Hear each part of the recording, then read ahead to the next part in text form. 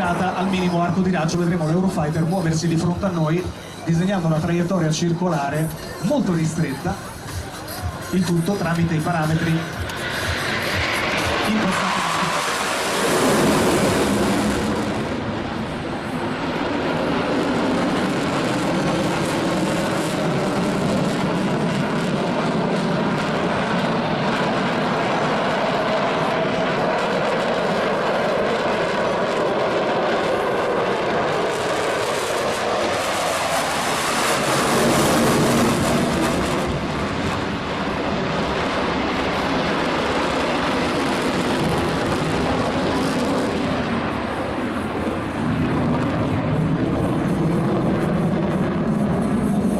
Di un velivolo che deve intervenire in tempi brevi in caso di minaccia, è chiaro che uno dei requisiti fondamentali debba essere proprio quello dell'estrema maneggevolezza e manovrabilità.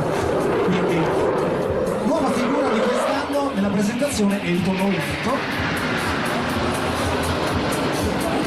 che impegna il pilota in una grande azione di coordinazione sui comandi di volo proprio per mantenere quota e traiettoria invariati.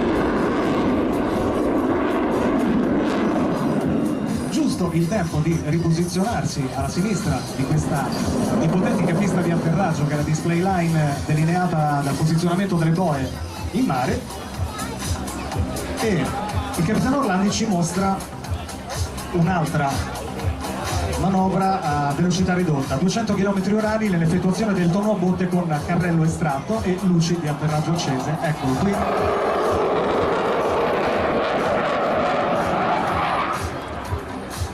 E adesso guardate nuovamente come il velivolo salga in tempi ridottissimi nel looping.